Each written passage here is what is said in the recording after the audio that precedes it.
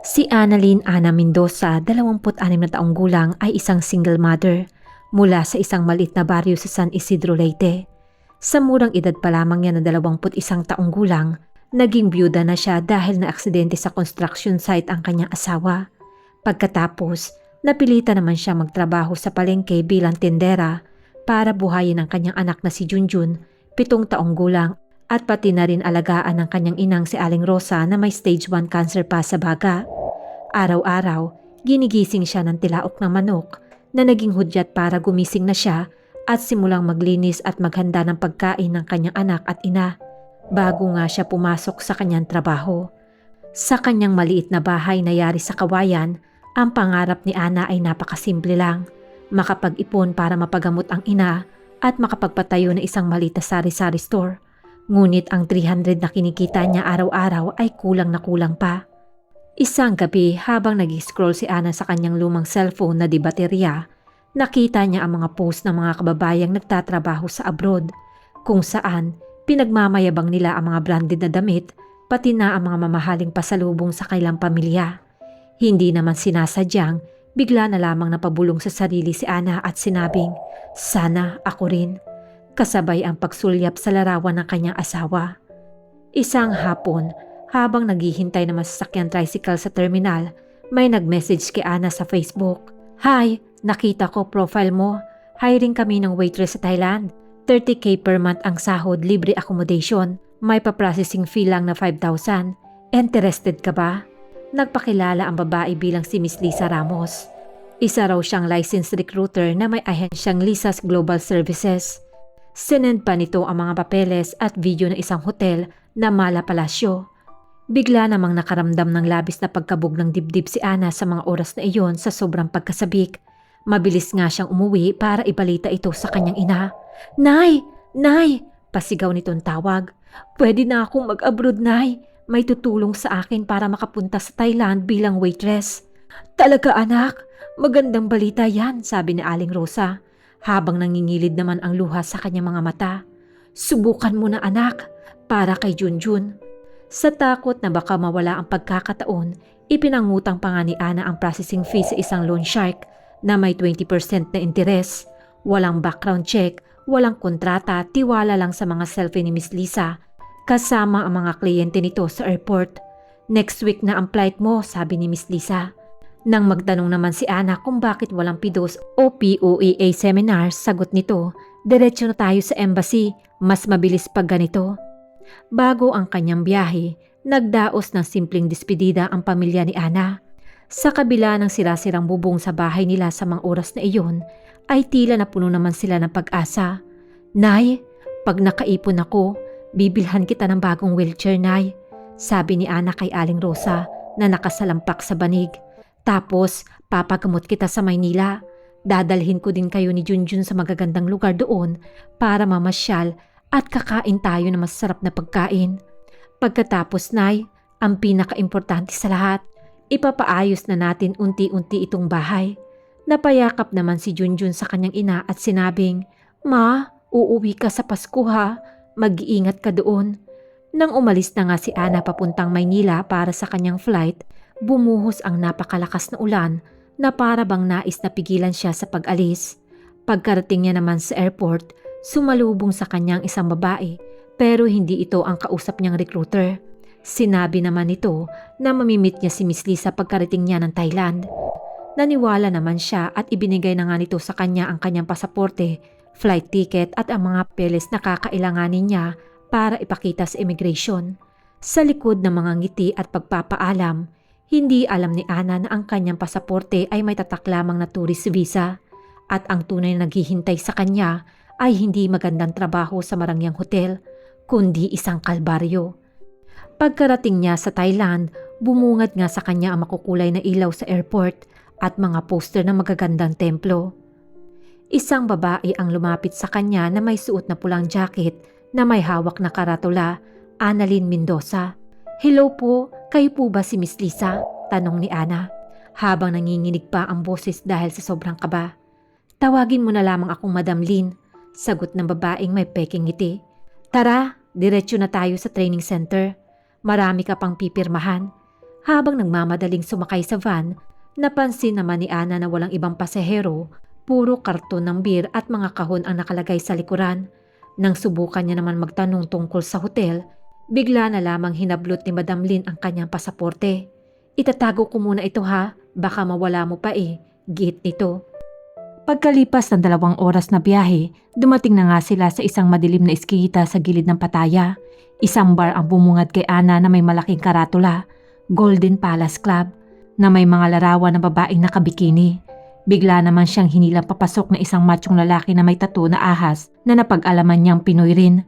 "Oh, ito ang uniforme mo," sabi ng lalaki. Inabot sa kanya isang strap ng damit na parang napunit sa gitna. "Maganda ka ha, mamaya magsisimula ka ng mag-entertain ng mga customer." "Hindi po, waitress lang po ang trabaho ko dito." "Wala kang karapatang magreklamo," sigaw ng lalaki at hinampas pa ang mesa.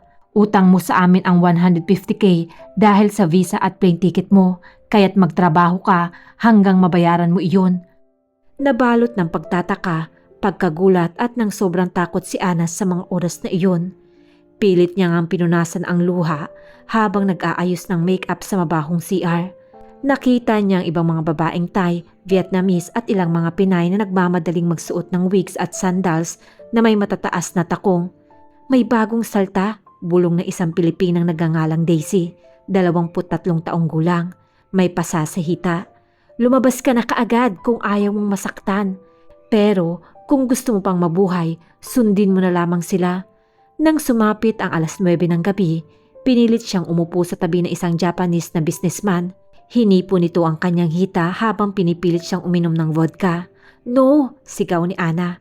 Ngunit bigla na lamang siyang sinampal ng isang gwardya. "Huwag kang umarte. Tanggapin mo kung ano ang binibigay sa'yo ng customer. Kung magmamatigas ka, papatayin namin ang pamilya mo sa Pilipinas." Bulong nito sa kanyang tenga. Sa kanyang pagkakamali, isang lasing na customer ang nagbato ng baso kay Ana at dumugo ang kanyang noo. Sa halip nga nadalhin sa klinik, ikinulong pa siya sa isang maliit na storage room na puno ng daga at ipis. "Bukas, dublihin mo ang customer mo," utos naman ni Madam Lin. Nakadama si Ana na matinding kahihiyan. Naalala niya ang mukha ng kanyang anak at napabulong na lamang siya sa kanyang sarili habang umiiyak. "Patawarin mo ako, anak, pero gagawin ko ito para sa'yo." Ngunit sa labas ng pintuan, narinig niya ang bulungan ng mga gwardya ng mga Pinoy din. "Bukas, ibebenta natin siya sa private party. Tiyak na malaki ang kikitain natin." Gabi-gabi, ang Golden Palace Club ay nagiging isang lugar ng kalbaryo para kay Ana. Sa bawat paghipo ng mga kamay ng lalaki, sa bawat paghalik sa kanyang leeg, parang tinatangay ng hangin ang bahagi ng kanyang kaluluwa. Ngunit ang pinakamasakit ay ang pagpapanggap, ang mga ngiting pilit na inaayos sa salamin bago humarap sa mga customer.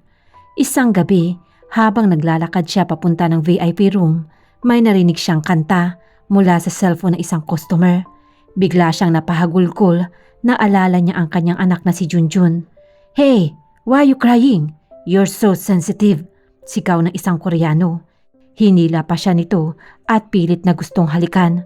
Sa pagdaan ng mga araw, nakilala naman ni Ana ang isang babae na nagngangalang si Maricel, isang 19 na taong gulang na taga Cebu.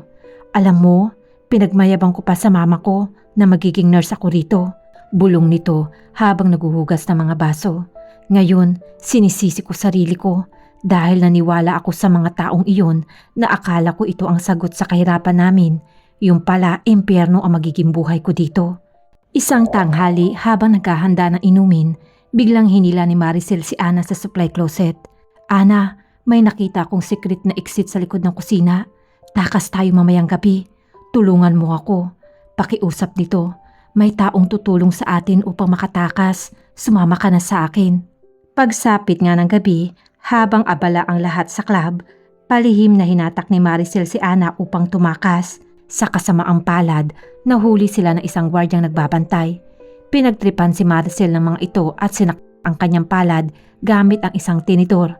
At pinilit si Ana na panuurin ang lahat na ito. "Bakit niyo siya sinasaktan? Ako na lang," iyak ni Ana. Pero lalo lamang tumawa ang mga gwardya. "Kung gusto mong mabuhay siya, magpakita ka ng magandang performance mamaya sa mga bisita," sabi ng isa Sabay tinuro ang grupo ng matatandang lalaking nakaupo sa isang lamesa. Samantala, ang kaawa-awang si Maricel ay ikinulong naman sa isang maliit na kwarto na puno ng ipis at mabahong amoy ng mga daga. Sa kwartong ito, ikinukulong ang mga tulad niyang nagtatangkang tumakas. Kinabukasan, habang ginagamot ni Ana ang mga sugat na natamo, nakatanggap naman siya ng mensahe mula kay Junjun. Ma, namimiss na kita.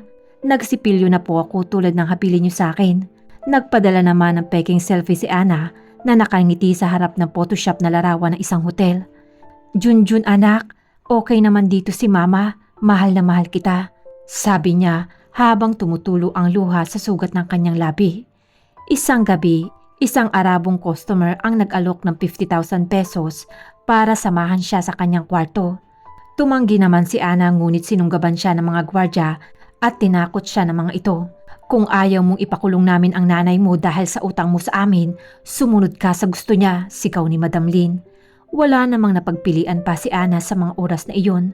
Nang mag-umaga pagkaraan ng kalbaryo, binigyan lamang siya ng sobre na nagkakahalaga na 1,000 pesos. Ito ang parte mo, sabi ni Madam Lin. Ang akala nga ni Ana yun na ang pinakamasakit na mararamdaman niya sa buhay niya. Pero hindi pa pala. Dahil ilang araw lang ang makalipas, nakatanggap naman siya ng isang masamang mensahe na mula sa kailang kapitbahay. Ana, pumanaw na si Aling Rosa. Hindi niya na nakaya ang kanyang sakit. Umiyak siya ng tahimik at yumuko sa sahig na marumi.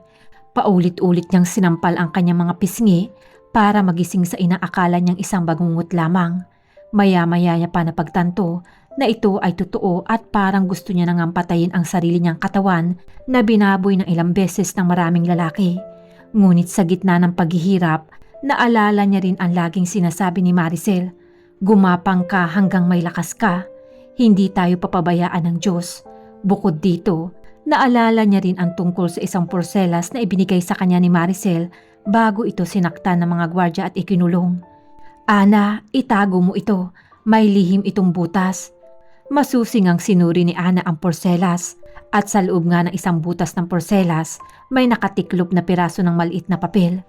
Kung kailangan mo ng tulong, hanapin mo si Tita Nelia sa laundry shop sa dulo ng kalsada. Sabihin mo na hinahanap ko ang rosas na hindi nalalanta.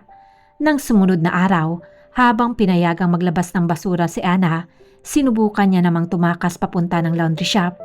Ang puso niya sa mga oras na iyon ay kumakabog ng husto at naalala niya ang mukha ni Junjun. Kailangan kong lumaban, kailangan kong tumakas. Sa loob ng maliit na tindahan, nakita niya isang matandang babae. Ikaw po ba si Tita Nelia? Hinahanap ko po ang rosas na hindi nalalanta, bulong niya sa matanda. Bigla namang nagbago ang ekspresyon nito. Mabilis nitong isinara ang pinto at hinila si Ana sa likod ng mga nakasampay na damit. Ilang buwan ka nang pinilit magtrabaho doon, sabi nito kay Ana. Ipinaliwanag naman ni Tita Nelia na siya ay miyembro ng isang underground network na tumutulong sa mga biktima ng trafficking. Gamit ang isang luma ngunit ligtas na cellphone, tinawagan niya isang kontak na lokal na anti-trafficking unit. May raid bukas na madaling araw, maghanda ka at sabihin mo sa iba na huwag masyadong magpahalata, bilin nito kay Ana. Ngunit bago pa man sila makapagplano ng maayos, may narinig na nga silang sigawan sa labas. Nasaan ang babaeng iyon? Nagtatago ba siya dyan sa loob? Galit na sigaw ng isang gwardya. Mabilis namang itinago ni Tita Nelia si Ana sa isang lihim na compartment sa ilalim ng sahig. Huwag kang lalabas ha, huwag kang maingay hanggat hindi ko sinasabi. Habang nakakulong sa isang maliit na spasyo, narinig nga ni Ana ang paghampas at pagmumura ng gwardya. May nakita ba kayong isang babae? May nakapagsabi na pumasok raw siya dito. Pumasok nga ang nasabing gwardya sa loob pero nabigo naman siyang makita si Ana. Kaya nga na makaalis ito, ligtas namang nakabalik si Ana sa kanyang pinagtatrabahuhan. Katulad ng nabuo nilang plano ni Tita Nelia, patagungang ikinalat ni Ana ang impormasyon tungkol sa mangyayaring raid kinabukasan. Sa kabutihang palad, dumating ang kinabukasan at wala pa ring kaalam-alam si Madam Lin at ang kanyang mga tauhan tungkol sa magaganap na raid. Nang sumapit ang madaling araw, habang abalang nagbibilang ng pera si Madam Lin na nakuha sa pagbenta ng dangal ng napakaraming kababaihang na biktima nila, may narinig nga silang mga yabag at putok ng baril. Pulis! Freeze! Sumiklab ang labanan sa labas. Sa loob ng ilang minuto, tila huminto ang mundo ni Ana sa mga oras na iyon. Maya-maya pa, may isang babae ang yumakap sa kanya. Ito ay si Maricel, na sa wakas nakawala sa madilim na kwarto na pinagkulungan sa kanya. Sa labas nakita niya ang mga kasamahan niyang nakaposas at ang mga gwardya ni Madam Lin, si Daisy na luhaan na akay-akay na isang rescue worker. Salamat, bulong niya kay Ana. Makalipas ang ilang buwan, tuluyan na nga nakabalik ng Pilipinas si Ana. Nang lumapag ang eroplano sa Tacloban Airport, walang dala si Ana kundi ang kanyang backpack at ang pait na napagdaanan niya sa ibang bansa. Sumalubong naman sa kanyang anak na si Junjun, kasama nito ang tiyuhing si Mang Ben. "Ma, namiss po kita. Hinihintay ka na po ni Lola sa bahay," sabi ni Junjun. Sa maliit na bahay sa San Isidro, nakalagay sa altar ang urn na Aling Rosa. "Bukas, hahatiin natin ang abo, ililibing natin ang kalahati sa sementeryo at ihahagis natin ang kalahati sa dagat," paliwanag ni Mang Ben kay Ana. Habang naghahanda para sa libing, bigla namang tumawag ang isang NBI kay Ana. "Ana, nahuli na si Miss Lisa sa Bangkok. Nakipagtulungan ang Thai police sa atin. Nasa Pilipinas na siya ngayon, ikukulong na siya sa Bikutan."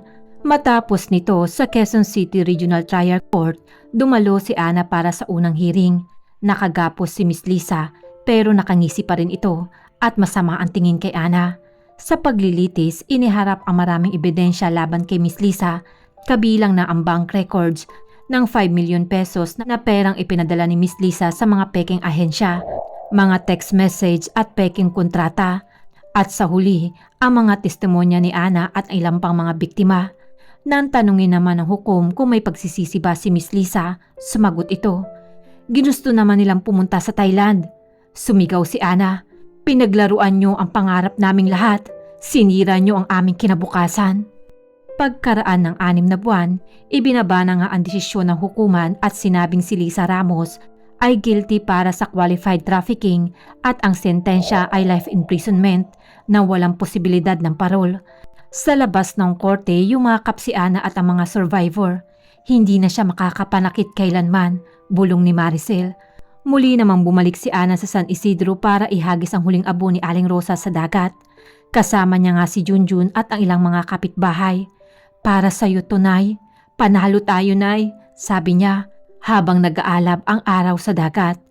Isang buwan matapos nga ang hatol, natupad na rin ang pangarap ni Ana. Isang maliwanag na sari-sari store ang binuksan niya sa tapat ng kailang bahay.